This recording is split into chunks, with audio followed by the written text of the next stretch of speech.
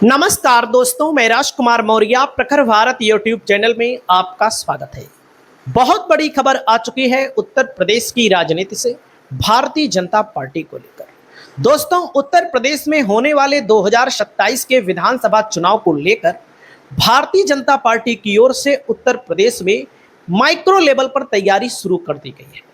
दोस्तों, जो तैयारी चल रही है वर्तमान में भारतीय जनता पार्टी के अंदर विधायकों के टिकट काटने को लेकर, क्योंकि दोस्तों वर्तमान के जो बीजेपी के विधायक हैं वाकई में उनके खिलाफ भयंकर एंटी इनकम्बेंसी है।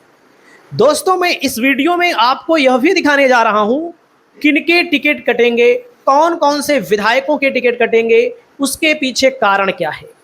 क्योंकि दोस्तों आप सभी को पता है कि लोकसभा के चुनाव में बीजेपी को उत्तर प्रदेश में नुकसान हुआ है और अभी भी बीजेपी के लिए विपरीत परिस्थितियां उत्तर प्रदेश में हैं।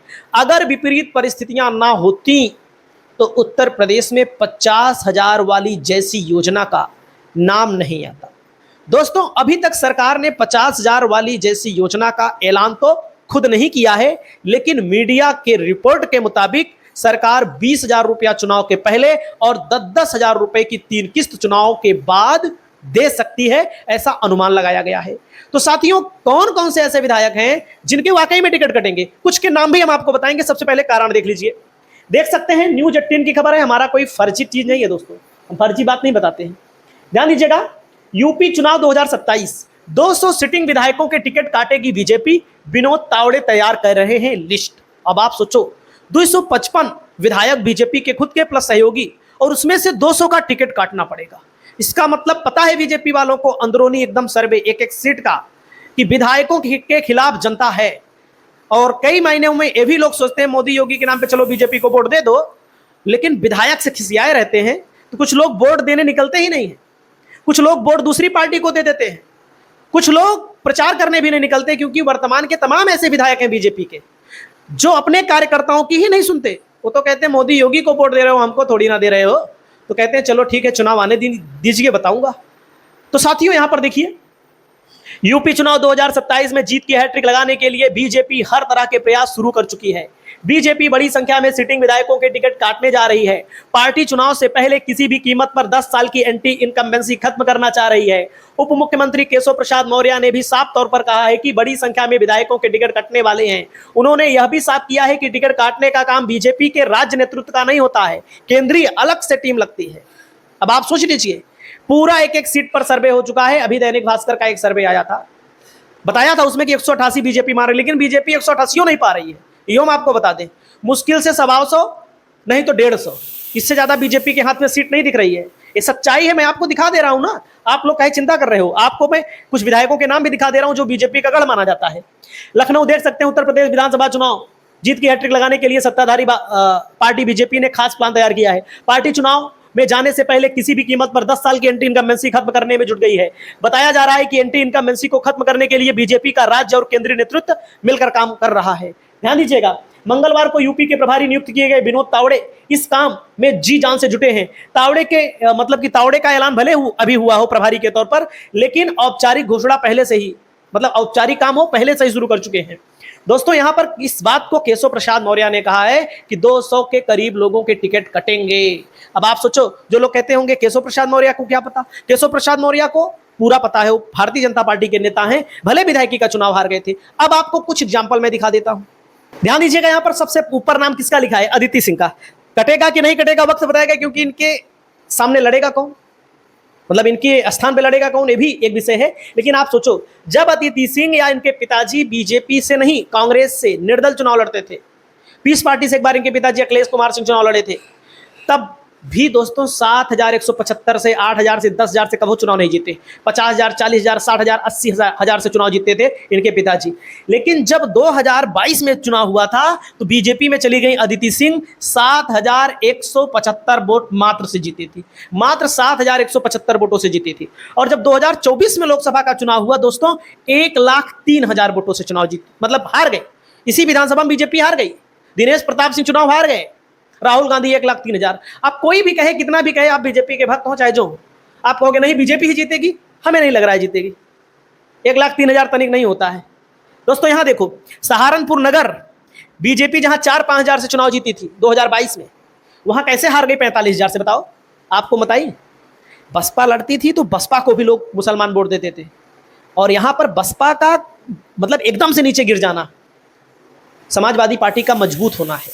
कई जगहों पर भाजपा मजबूत हुई, जैसे आगरा के जिले में भाजपा मजबूत हो गई, गौतम बुद्ध नगर में भाजपा मजबूत हो गई, बुलंदशहर में भाजपा मजबूत हो गई ना, इन जिलों में मजबूत हो गई, शहरों में, ज्यादा बड़े शहरों में मजबूत हो गई बसपा के कमजोर होने से। तो समाजवादी पार्टी भी कई जगहों पर मजबूत हुई है, इसका नुकसान हुआ है। नकुड़ विधानसभा सहारनपुर की ही सीट है, 2-300 जीते थे, 34,000 से मुस्लिम इमरान मसूद लड़े थे भाई यहां से। जो इमरान मसूद अपने आप को मतलब लगाते हैं, कट्टर मानते हैं, तब भी चुनाव यहां बीजेपी हार गई। क्यों भाई? हिंदू बना मुसलमान के मुकाबले में भी बीजेपी चुनाव हार गई यहां पर। अब आप 34,000 45,000 तनिक होता है, सुरक्षित सीट भाजपा की मानी जाती थी। नरहौड़ बिजनौर की सीट है, ओम कुमार देखो हार गई कितने से, 31,000 वोटों से इनकी विधानसभा में बीजेपी हार गई। ध्यान दीजिए, ये हकीकत है, ये सच्चाई है, ये जमीनी हकीकत है। क्योंकि कई जगहों पर जब बीजेपी ने बीएसपी के कमजोर होने का फायदा उठाया है तो सपा को भी फायदा मिल रहा है। देख लो आप लोग खुदे। यहां आ जाइए, रामपुर, जैसे 38,000 से आकाश सक्सेना की सीट, ये रामपुर सीट आजम खान चुनाव जीतते थे, ये उपचुनाव जीतकर बने हैं। उपचुनाव में वोटें नहीं पड़ने देते हैं, तब बने हैं, नहीं तो नहीं बनते, कभी ना जीत पाते। 38,000 से लोकसभा में पीछे हो गई। बिस्वा सीट छोड़िए, इसको छोड़िए, बिस्वा। अब यहाँ पर निर्मल वर्मा लड़े थे दोस्तों। अब बसपा के कमजोर होने से, जैसे बसपा से पहले कोई यादव लड़ जाता था, कोई मुसलमान लड़ जाता था, कोई बैकवर्ड लड़ जाता था, कोई समण लड़ जाता था, बसपा को भी वोट मिल जाता था। अब बसपा को मामूली वोट मिल रहा है। इससे सीतापुर में देखो 43,000 वोटों से सपा कांग्रेस आगे निकल गई। सिधौली सीतापुर बीजेपी जीती थी, 56,000 से बीजेपी हार गई। क्यों हार गई? ध्रुवीकरण एक तरफा हो रहा है, जिसका फायदा कहीं कहीं बीजेपी को मिलता है। लखनऊ की मोहनलालगंज सीट, जहां से 7,000 वोटों से 2022 में समाजवादी पार्टी यहां पर हारी थी, 2024 में 32,000 से हार गई। अब आप देखिए, सलोन में मामूली अंतर से चुनाव जीते थे, सलोन में इनका नाम है अशोक कुमार, 42,000 से हार गई। ये लोग सीट नहीं बचा पाएंगे, आप देख लीजिएगा, टिकट कट जाएगा तब भी सीट नहीं बचेगी।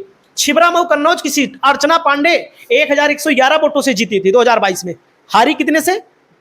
52,000 से। तिरवा कन्नौज 4,000 से 4,500 से जीतते थे कैलाश राजपूत, हारे कितने से? 35,000 से लोकसभा में। अकबरपुर रनिया प्रतिभा शुक्ला मंत्री हैं, 29,000 वोटों से बीजेपी इनकी विधानसभा में हारी। भोगनीपुर 11,000 से बीजेपी जीती थी, 31,000 से बीजेपी हारी। कुर्सी बाराबंकी साकेंद्र वर्मा 300-250 वोट से जीते थे 2022 में, क्योंकि बसपा भी मजबूत थी तो बसपा भी वोट पा देती थी। अब मुसलमानों का वोट एक तरफा, यादवों का वोट एक तरफा, प्लस समाजवादी पार्टी को जनजी का वोट मिल जा रहा है। समाजवादी पार्टी को मुद्दों के नाम पे भी वोट मिलेगा, क्योंकि एंटी इनकम्बेंसी तो है।